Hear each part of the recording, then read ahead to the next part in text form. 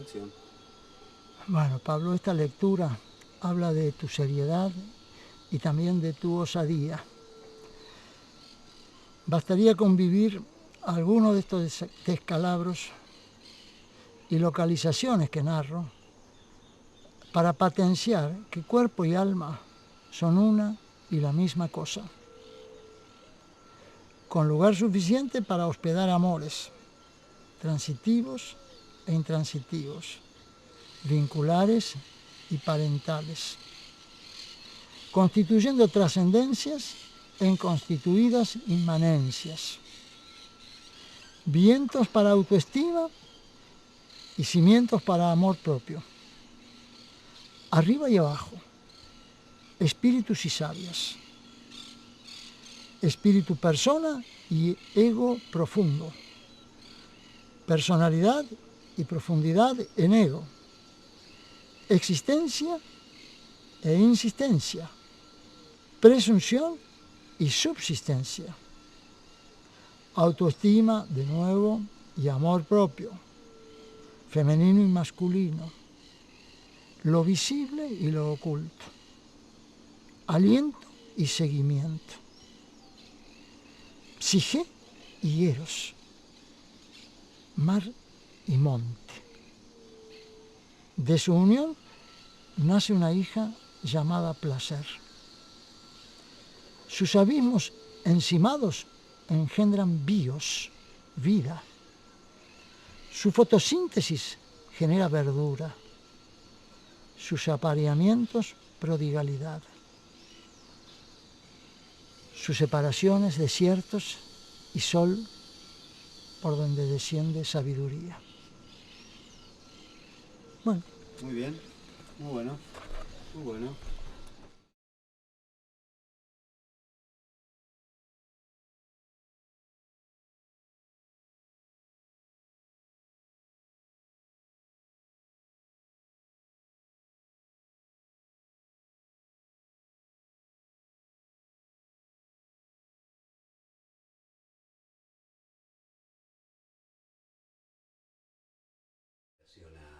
Al tema ambiental, ecológico.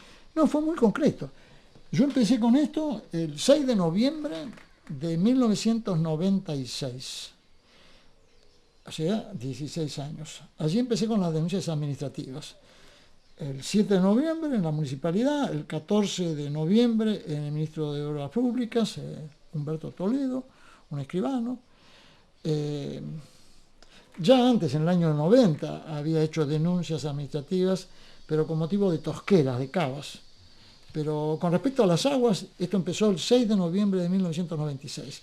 Hubo un interregno de 2 años en donde se movieron un poco los papeles, pero no llegué a generar presión. Pero en el año 99 fue un infierno para esta gente que me eludía. Habían hecho desaparecer todos mis expedientes. Bueno, multipliqué esas presentaciones que habían desaparecido en 12 oficinas públicas, o sea, direcciones, secretarías, ministerios, Fiscalía de Estado. Los volví locos.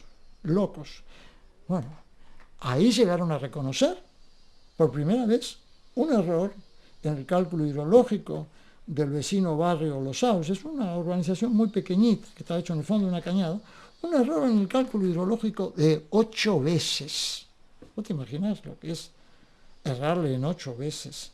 Por supuesto, las casas están fundadas en un suelo que hoy reconoce 2,85 metros de altura de anegamientos. Tener propiedades en ese suelo, te imaginas la gracia para los que viven allí.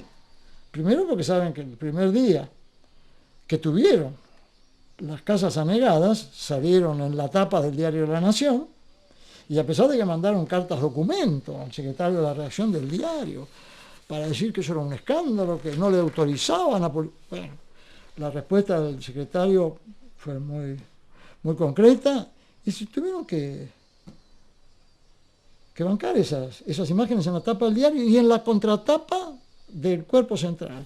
En la contratapa del Cuerpo Central allá había una urbanización de Eduardo Ramón Gutiérrez, testaferro de uno que fue presidente, lleno de dinero, que resolvía todos sus trámites yendo a Olivos en jet. Muy simpático. De hecho, ha estado aquí un par de veces, muy amigo de uno de mis hijos.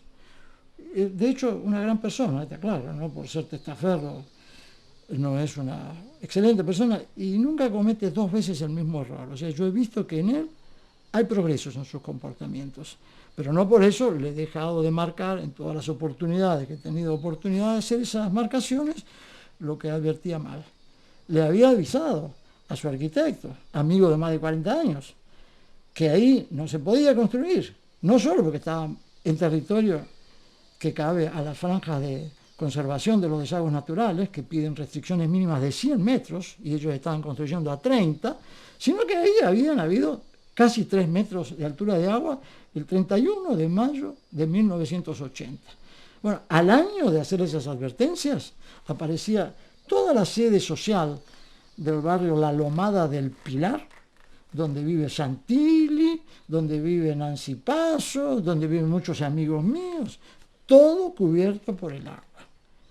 Basta con ir al diario La Nación del 17 de abril del 2002 para ver en la página 16 la sede social de La Lomada, toda rodeada de agua. Advertencia que les había hecho, ya te digo, a ellos, dándoles las imágenes que yo había capturado de ese lugar, antes de hacer las obras, el día 6 de noviembre del 96, o sea, 6 años antes. Tuvieron todo tipo de advertencias, imágenes, todo. Estudios de hidrología, porque yo hice, bueno, ese estudio fue posterior, hice hacer por un hidrólogo y meteorólogo recomendado por la principal consultora hidráulica de la Argentina, hice hacer un estudio de hidrología de las dos cuencas, Pinazo y Burgueño, con la más alta resolución en la modelación matemática, con ajuste de todas las variables, con 5 testimonios vecinales que quedaron probados en esos estudios, porque los 5 guardaban muy ajustados correlatos. Y bueno, hoy ese estudio solamente fue alcanzado en ese nivel de resolución por un estudio que hizo el Instituto Nacional del Agua el año pasado para el arroyo Pergamino. Sino ese estudio, que fue un regalo que se le hizo a la provincia, daba testimonio de la máxima aplicación de criterio, de seriedad, de generosidad, porque no pedí, nunca he pedido nada.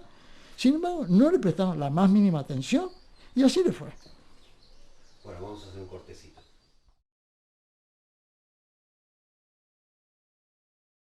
Acción. Bueno, vuelvo un poco a mis musas. La alegría de sentir el amor de mis musas me ahorra toda cuestión curricular. Tan agradecido estoy a ellas que no recuerdo en 30 millones de caracteres haber escrito una sola vez el primer pronombre del singular. Siento revulsión por la palabra poder y ningún uso hago de la palabra seguridad. No me ha faltado el ánimo un solo día de estos 33 años. No cesa mi musa Alflora de abrir mirada a sedimentos y a aguas bendecidas por el sol. Sus relaciones con nuestros cursos urbanos muertos, por ello tributarios que no alcanzan su destino, es abismadora.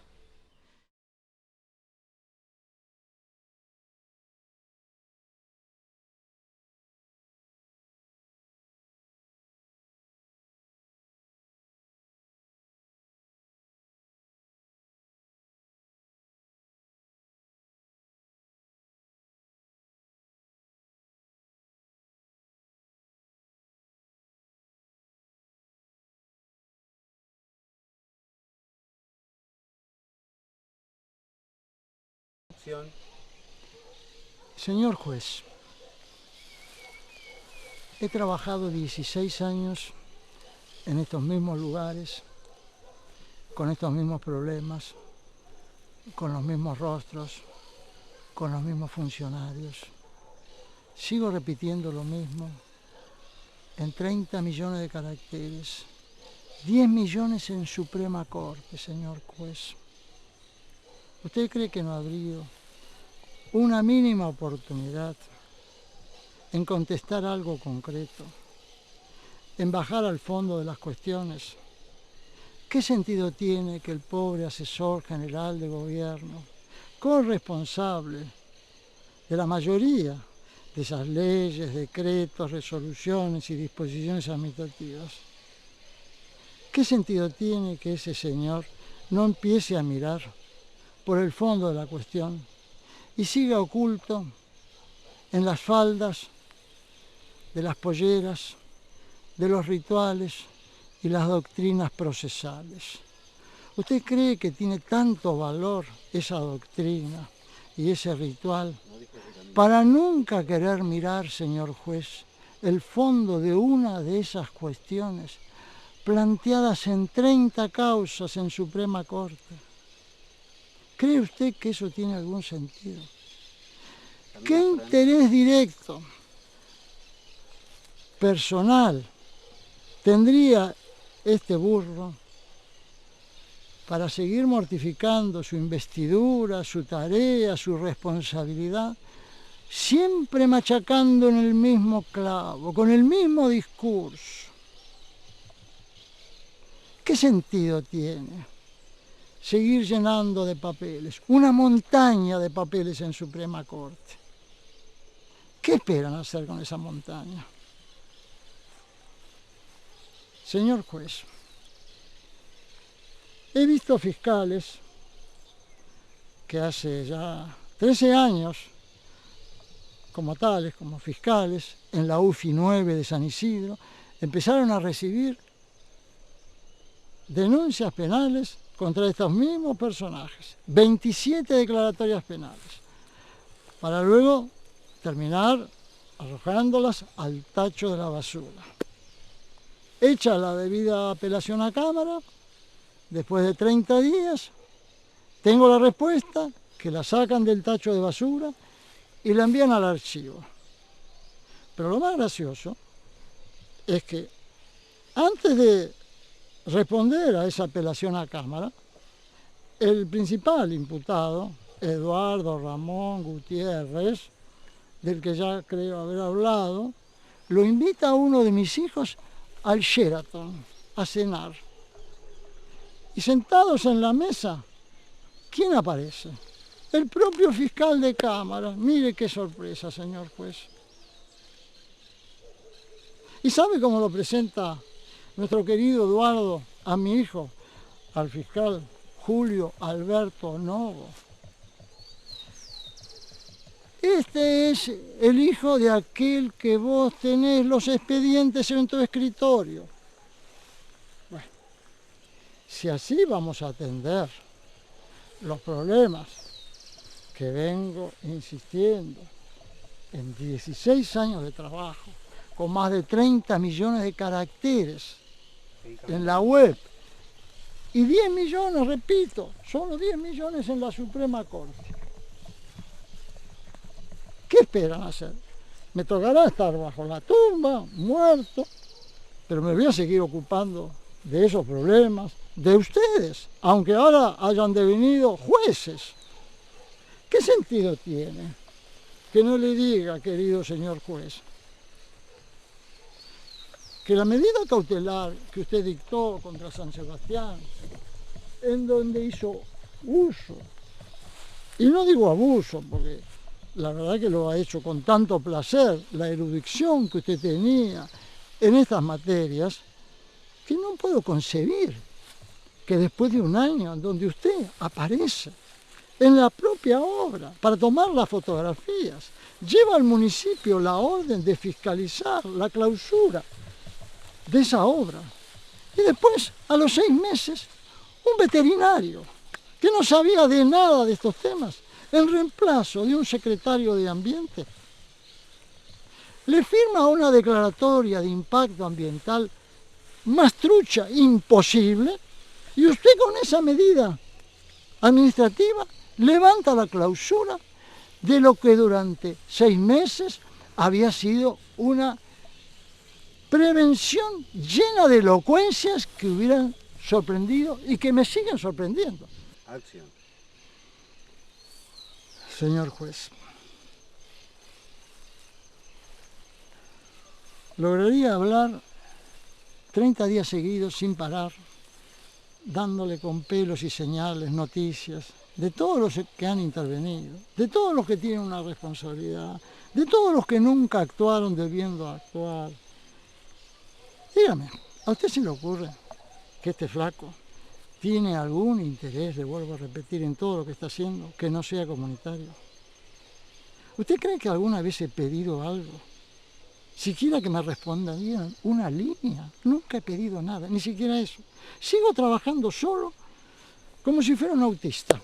Bueno, de hecho, ese ánimo es el que tienen los autistas. Lo que pasa es que ustedes no parecen estar enterados, que los autistas están comunicados con una fuente interior. Esa fuente interior, en mi caso, es esta señora a la que llamo mi musa, Alflora Montiel Vivero, que me da el ánimo, la inspiración para hablar de estos temas sin dejar nunca de trabajar. ¿Usted cree que esa señora no tiene otras alternativas después que este flaco desaparezca? Ahora, ¿qué sentido tiene que estando en sus manos una tarea que ha sido expresada en 40 idiomas, usted la siga dejando sin enfocar? ¿Qué espera? ¿Que Costantini salga a buscar esos miles de millones que va a necesitar para remediar barbaridades que llevan de 500 a 8.000 años? Porque eso no tiene nombre. Los estragos que están haciendo en el Puelches, eso no tiene nombre. Entonces, ¿cuál es el sentido por el cual ustedes siguen esquivando mirar por el fondo de la cuestión? ¿Cuál es el motivo? Por dar un ejemplo mucho más concreto, que una causa como la de Riachuelo, en la cual en el año 2011 reconocen haber invertido 7.400 millones de pesos. Todo el presupuesto del Poder Judicial de la Nación de ese mismo año fue de 4.077 millones.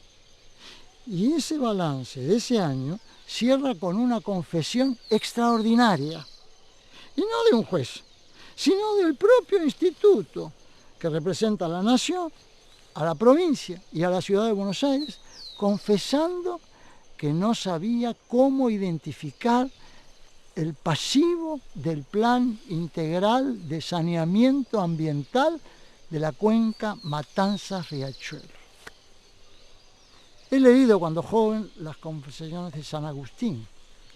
Bueno, no sé si se ganó un lugar en el santoral por ese motivo o cuál fue el motivo. Pero estas confesiones de la Kumar, en donde trabajan miles de personas, con un presupuesto que superó en un 80% al del Poder Judicial de la Nación, para terminar marcando ese destino. Bueno, no es para poner en la cárcel a estas personas, es para ponerlas en el santoral. Esa confesión no tiene precio. Y si ya han llegado estos desastres, señor juez, a ese nivel confesional, ¿qué es lo que están esperando ustedes para abrir los ojos, para actuar? ¿Qué alcanzan a imaginar atrás de esta vocación, atrás de estas emociones, atrás de esta vehemencia, para trabajar sin nunca terminar de insistir en las mismas materias, en el mismo lugar, en la misma temporalidad? Todos nos conocemos, no hay quien no me conozca. Hace 16 años que estoy hablando de lo mismo. Señor juez. Ay.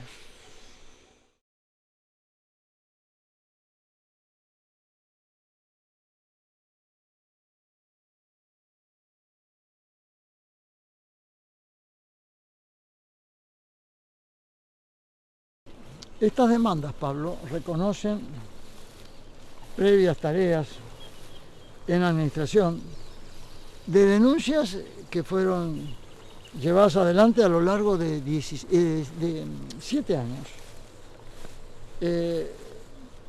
apliqué a esas denuncias no menos de 15.000 folios.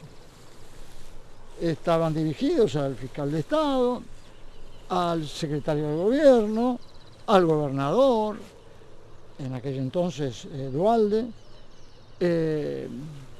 al ministro de Obras Públicas, al director de la Dirección Provincial de Hidráulica, al director provincial de Catastro Territorial, al director provincial de Ordenamiento Urbano y Territorial.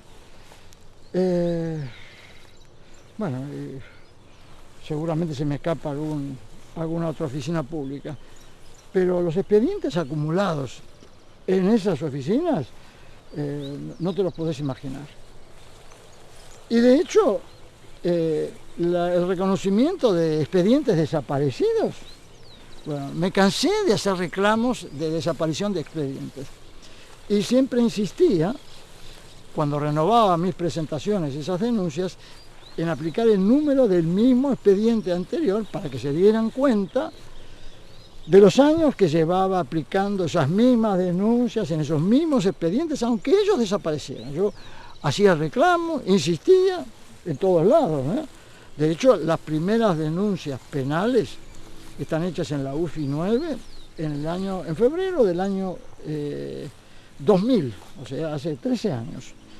Y el motivo de esas denuncias fue que el asesor legal del municipio de Pilar me dijo que si no hacía denuncia penal de la desaparición de esos expedientes, yo era corresponsable. Bueno, ahí me decidí, no era ni mi estilo ni mi deseo hacer denuncias penales, pero cuando me dicen que terminaba siendo el corresponsable si no hacía la denuncia penal, bueno, ahí marché. Y estuve 1 año y medio, presenté 27 declaratorias penales. El que hoy es juez en el Tribunal número 5 de San Isidro, el doctor Mario Coa, a cargo entonces de la Fiscalía número 9 de San Isidro, después de 1 año y medio de tratarme con mucha simpatía, con mucho aprecio, las tira al tacho de basura, las considera inválidas. Hago una apelación a Cámara y el fiscal de Cámara, con un poco de vergüenza, la saca del tacho de basura y las manda al archivo. Allí están, ¿no?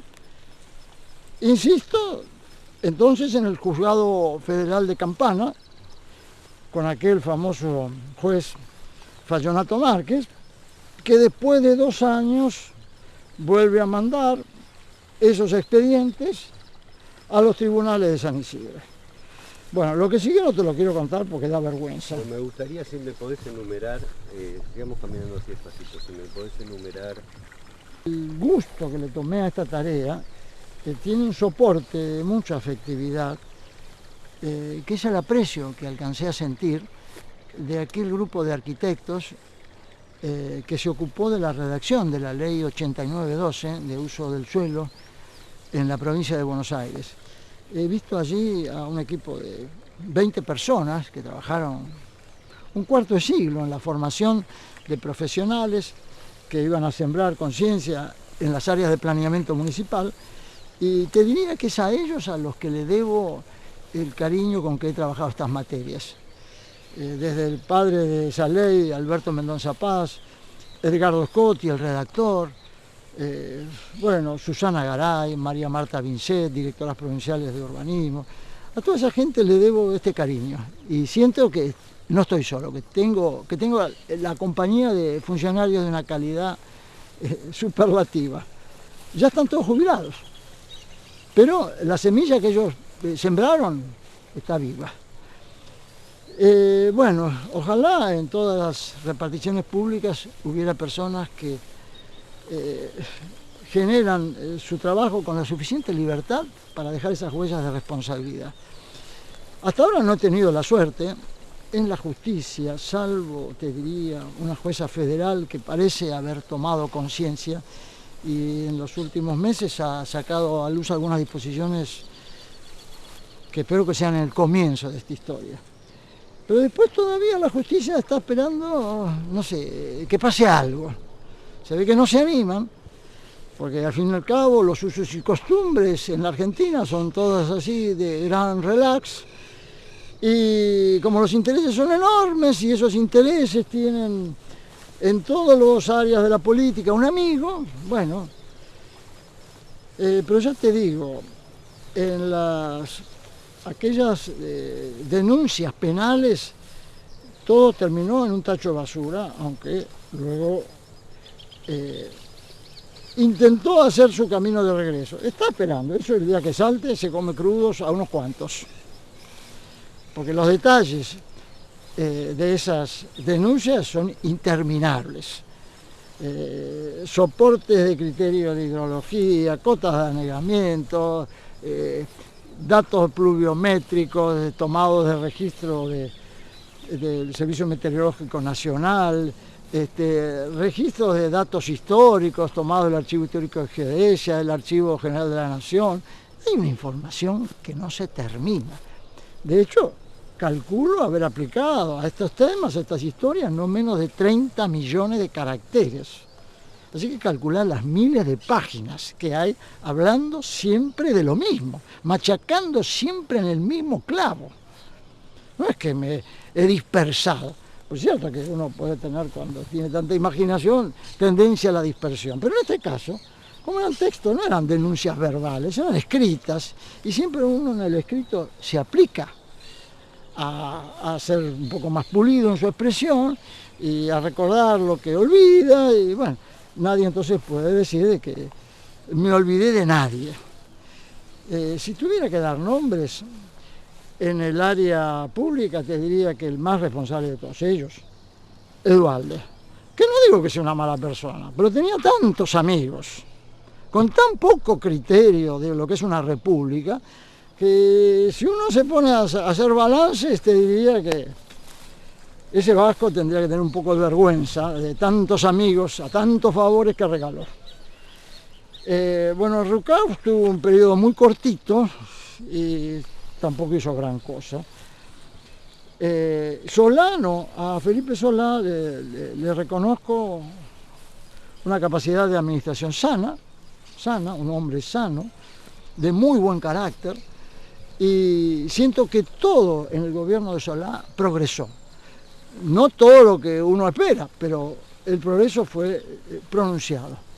De cualquier manera, encontré en todas esas áreas donde durante años venía haciendo reclamos, más o menos las mismas respuestas de mediocridad que uno ya conoce. Eso a nivel de gobernadores. Y a nivel de ministros, bueno, los ministros de Obras Públicas que conocí en la época de Duhalde, un desastre. Empezando por el escribano Toledo. Siendo que las denuncias estaban dirigidas expresamente a él, no a la dirección de hidráulica. Y en la dirección de hidráulica había un famoso Hugo Pablo Amicarelli, director provincial de hidráulica, que no sabés lo que hizo ese hombre con todas las cuestiones de hidráulica en la provincia de Buenos Aires en los 25 años que reinó.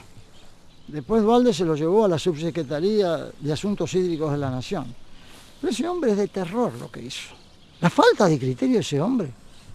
Yo no digo que a lo mejor haya sido mala o buena persona, eso lo juzgarán sus abuelos. Pero que esos desastres de falta de criterio, no te lo puedes imaginar. Y se sintió un emperador.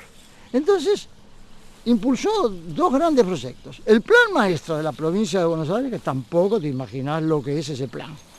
Pretender escurrir 2,5 millones de hectáreas de áreas endorreicas sin soporte de criterio de hidrología alguna.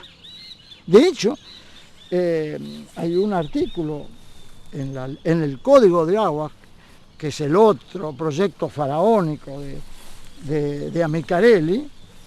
Hay un artículo, el 18, que es determinante para la fijación de la línea de ribera, con unas pretensiones de hidrología sobre crecientes medias ordinarias, que por cierto, si encontrás un funcionario en 100 que entiendan de qué y a qué apunta ese criterio, bueno, te doy un premio. La cuestión es que esos dos grandes proyectos de Amicarelli, el Plan Maestro y el Código de Aguas, bueno, eso sentó un antecedente de desquicio en toda la administración de aguas provinciales, que yo no conozco en toda la administración pública un sector más desestructurado, más irresponsable, más perdido, siendo que allí, como en todas las áreas, hay gente extraordinaria y otra que no vale nada, pero bueno, recuerdo las extraordinarias, entre ellos el decano de los ingenieros hidráulicos, el ingeniero Valdés, ya fallecido. Un hombre tan honesto que cuando vio la presión de mis trabajos, que a él le llegaba a través del fiscal de Estado, porque él trabajaba en la dirección de hidráulica, pero por ser el decano, él era el asistente en el área técnica de la Fiscalía de Estado. Y ese hombre fue el que reconoció en una de las denuncias que hizo, la del barrio Los Sauces, ese error en el cálculo hidrológico de 8 veces, ¿te imaginas? 8 veces.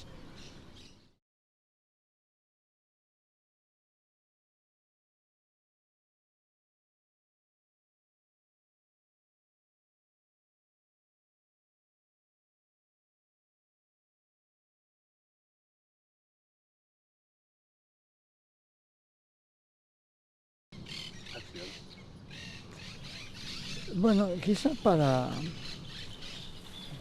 parar todo este sendero interminable de nombres y apellidos, qué sé yo, un enfoque a la cadena de responsabilidades a lo mejor facilita comprender la complicación de toda esta trama, que te repito, en la administración, en las personas de derecho público, empieza por el gobernador.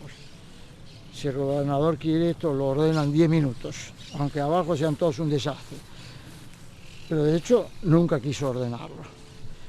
Después pasa por los ministros, en este caso los de Obras Públicas, muy poca injerencia tienen los de Economía en estos temas, aunque también siempre hay alguna cosita en la oficina de jefatura de trámites de inscripción en la propiedad horizontal. Ahí encontré unos funcionarios desastrosos, pero ya te digo, a nivel ministerial la responsabilidad apunta al Ministerio de Obras Públicas. En la parte de gobierno he tenido, te diría, las mejores respuestas siempre del ministro de Gobierno. En esta época de Duhalde era Díaz Bancalari, que la verdad que, aunque él tampoco podía hacer mucho, por lo menos tenía respuestas sanas, ¿no? Se ocupaban de enviar los expedientes de vuelta al Ministerio de Obras Públicas para que respondieran a esas denuncias. Bueno, gracias a Díaz Bancalari yo siento que algo ocurría. Pero el foco de todas estas denuncias siempre estuvo puesto en el Ministerio de Obras Públicas, en aquellos tiempos en la Dirección Provincial de Urbanismo y en la Dirección de Hidráulica. En urbanismo había tan buenas respuestas y ejemplos de responsabilidad como malos en la Dirección de Hidráulica. Pero ya te digo, lo de hidráulica está condenado por la presencia de este hombre que durante 25 años se ocupó de crucificar a esa dirección. Y a él yo creo que se le debe toda esa desestructuración interminable que carga hoy la Dirección de Hidráulica. Bueno, la cadena de responsabilidades llegó un momento que no tenía solución, porque los expedientes seguían desapareciendo, las respuestas nunca aparecían. Y bueno, cuando aparece Alflora en mi vida, es que ahí aparece todo el ánimo para cambiar el rumbo y pasar de las denuncias a las demandas en justicia. Y se ve que Alflora me dio un camino para acceder directamente a la Corte con demandas impugnando leyes, decretos y otras disposiciones administrativas. Hice solo 3 denuncias, 3 demandas judiciales en juzgados contenciosos administrativos de primera instancia, que llevan ya 8 años. Las respuestas fueron desastrosas. O sea, a nivel de corte se advierte la dificultad que tienen los ministros para tomar al toro por las astas. Tratan de demorar bajar al fondo de la cuestión todo lo que ellos estaba al alcance de sus manos, ¿no? Pero a nivel de jueces de primera instancia, realmente la falta de preparación para atender estas demandas súper específicas, porque están cargadas de información, no le falta. De hecho, ellos nunca respondieron una línea, porque no tienen forma de responder eso. Cada vez que yo presentaba un estudio de hidrología completo, hecho por hidrólogos, meteorólogos, ellos respondían diciendo que no tenían ninguna información hidrológica.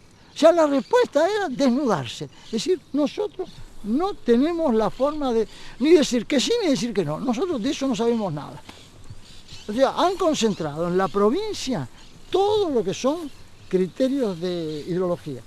Las concentraciones administrativas, porque las leyes no marcan eso. Las leyes disciernen cuáles son las responsabilidades en materia hidrológica que les caben a los municipios y cuáles las que les caben al Ejecutivo Provincial. Sin embargo, eso nunca se respetó.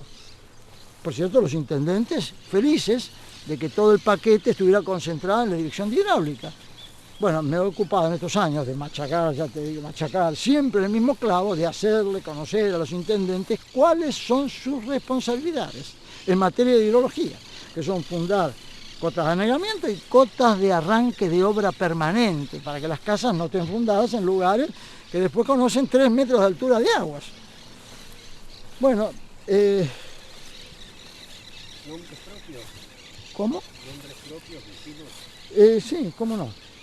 Bueno, el tema de estas demandas contenciosas administrativas en la Suprema Corte, llegó un momento que,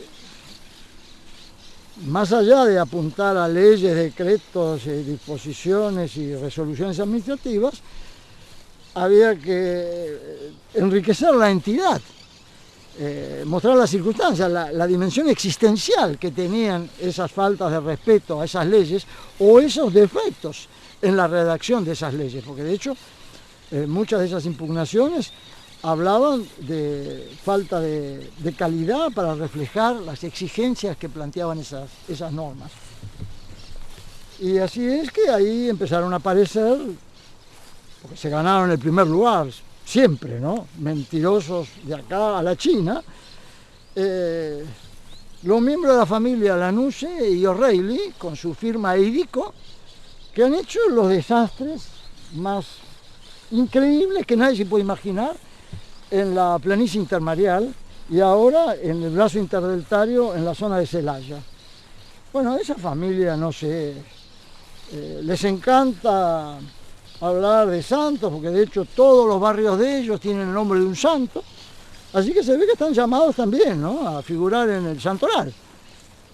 Pero la desvergüenza de las mentiras, el caradurismo, la desfachatez para mentir, no tiene nombre, no tiene nombre. Son capaces de decir que la planicie intermareal con 7 milímetros de pendiente es como Acapulco, que hay acantilados. Así, es increíble.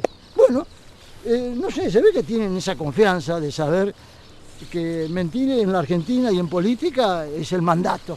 Así que ya no se trata de tener un poquito de vergüenza, de enriquecer el ambiente donde han sido privilegiados con un poquito de nobleza. No, ¿qué importa? ¿Qué importa? Lo que importa es, no sé lo que importa, porque la verdad es que... Bueno, y lo más gracioso es que en todo esto aparece un grupo de chilenos,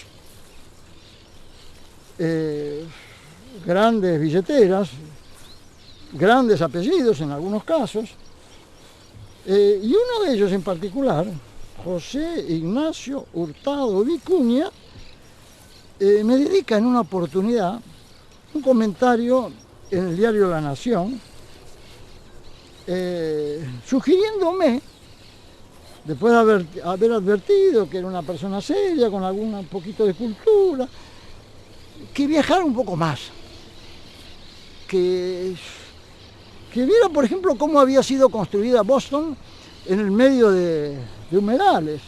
Bueno, y al tiempo que me hacía esas recomendaciones, le pagaba a un señor que tiene un blog en Escobar que se llama El Bucanero de Escobar.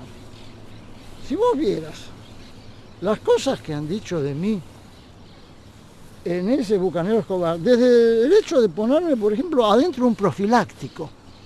Yo te digo, yo me considero un forro, pero espiritual. No como estos forros que uno se imagina. Bueno, la respuesta que le di al editor del Bucanero de Escobar está en la internet. Y tan linda fue la respuesta que este hombre cambió todo el discurso. Al que le había pagado para decir esas barbaridades, lo dejó. Bueno, y lo más gracioso es que entonces este chileno, viendo que ya el editor no respondía a sus voluntades, empezó a subir él comentarios propios de él al Bucanero de Escobar. Y uno de ellos es tan idéntico al que está en el diario La Nación que eso me permitió identificarlo. Ahora, ¿qué sentido tiene que este señor,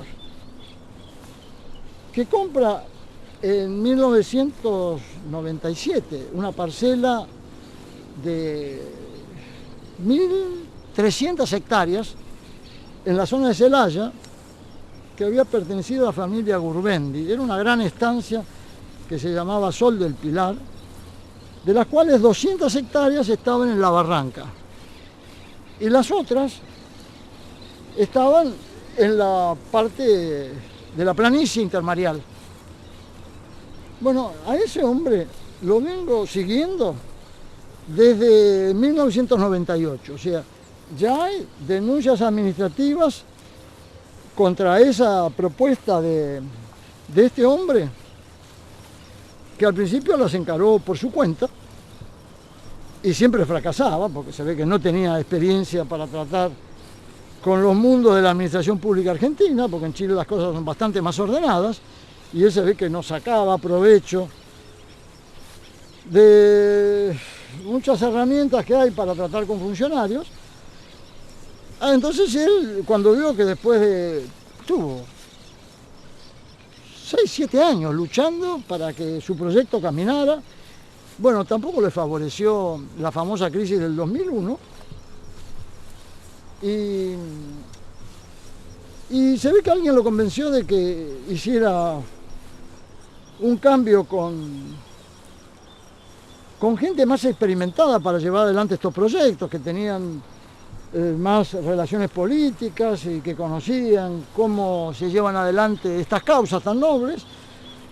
Perdón la ironía, porque la verdad es que ya no sé cómo tapar el fastidio que tengo con esta gente y con esos proyectos. Bueno, y los invita a compartir sus sueños a la familia O'Reilly y Lanuse, estos de IDICO, y hacen una nueva sociedad que se llama EMDICO. Y bueno, en los últimos, en el 2007 empiezan a trabajar, 2007-2008, sin audiencia pública, sin estudio de impacto ambiental, sin la ley particular que les exige indicadores ambientales críticos para formular esos estudios de impacto ambiental, porque no sean simples cantos de sirena. Y sin nada arrancan.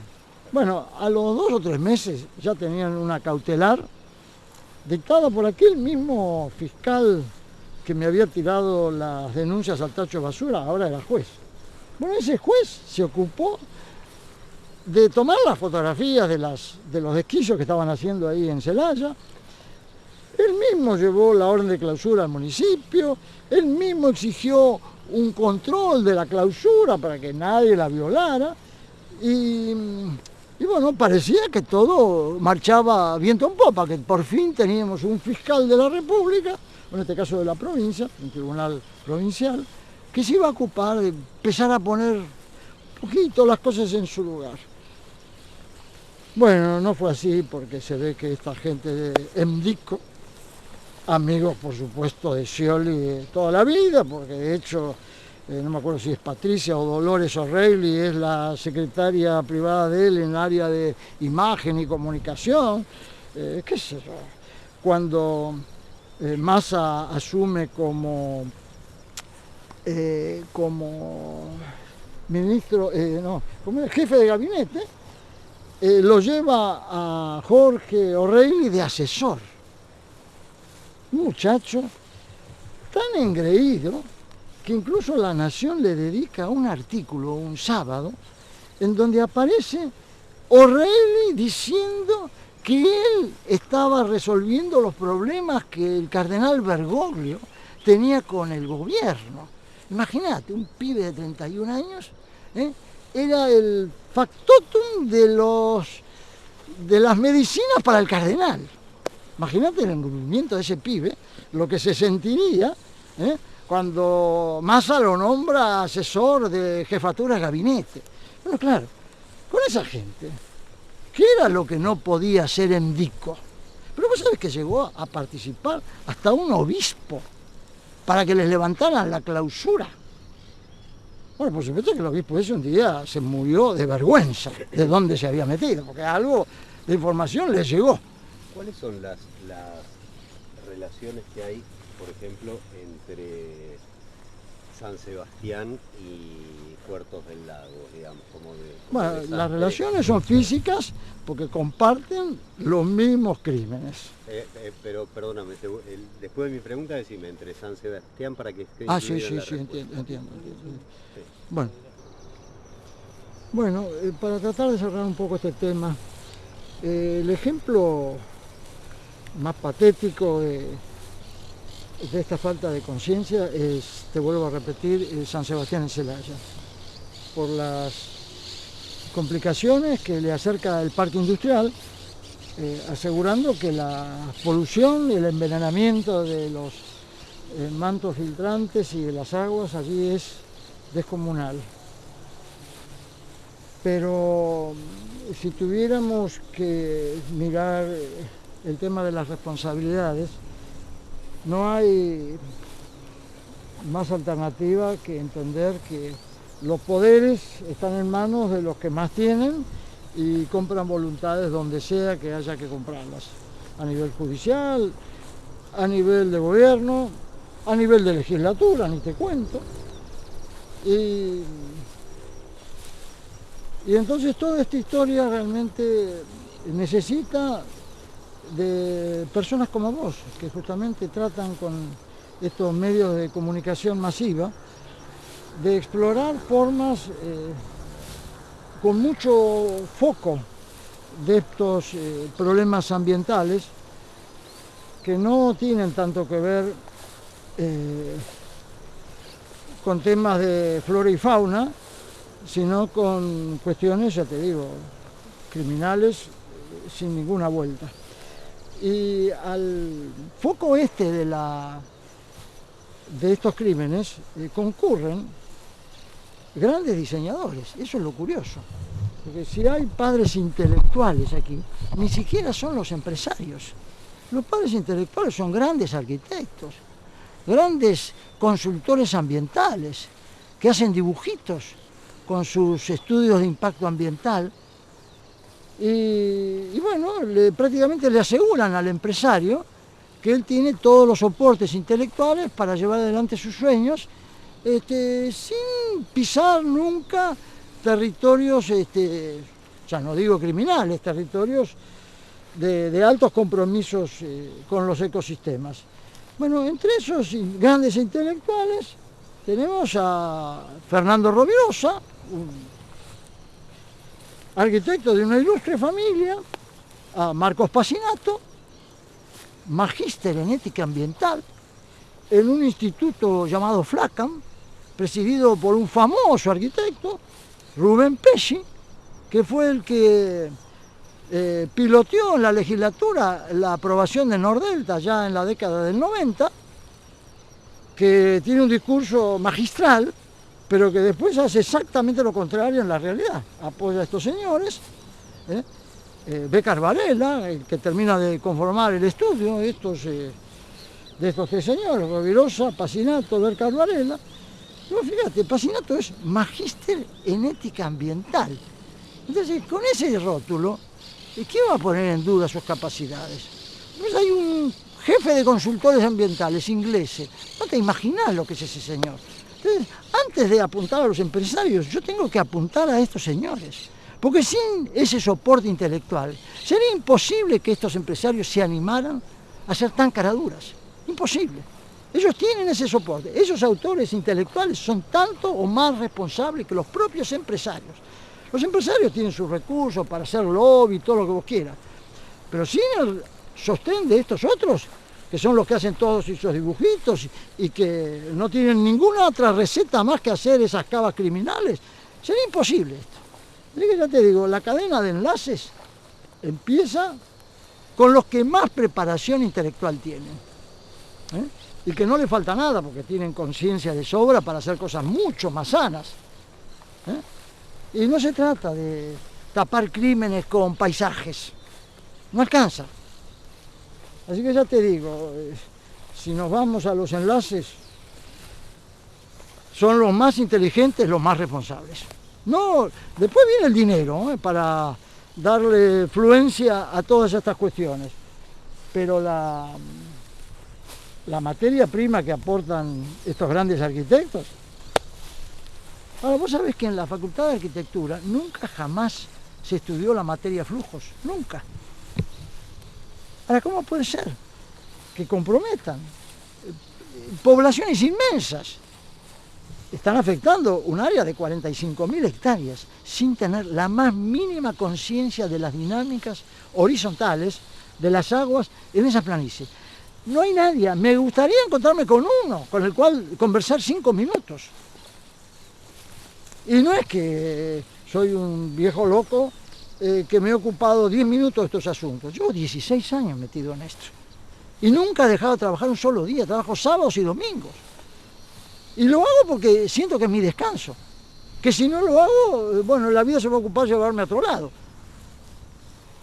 Pero siento que tengo ese compromiso, porque todos los días Alflora me despierta con estas preocupaciones y me da el camino a mirar, ¿no?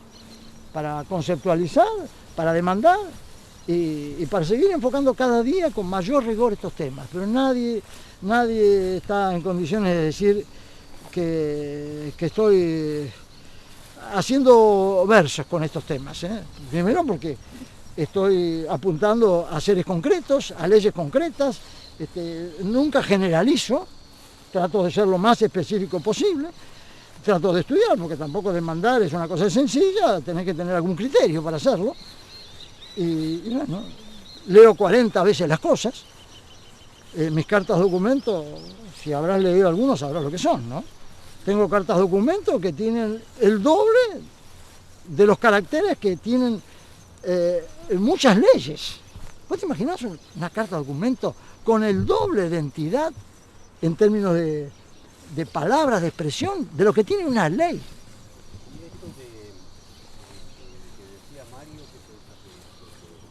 Y bueno, Mario, como buen abogado, quiere ayudar, quiere contribuir, mostrándome que yo tengo que seguir el lenguaje de los abogados, que es ponerse al servicio de las doctrinas procesales, que es donde instalan el primer filtro, y de hecho, si te pones al servicio de esos discursos, es porque ya estás de acuerdo en pactar.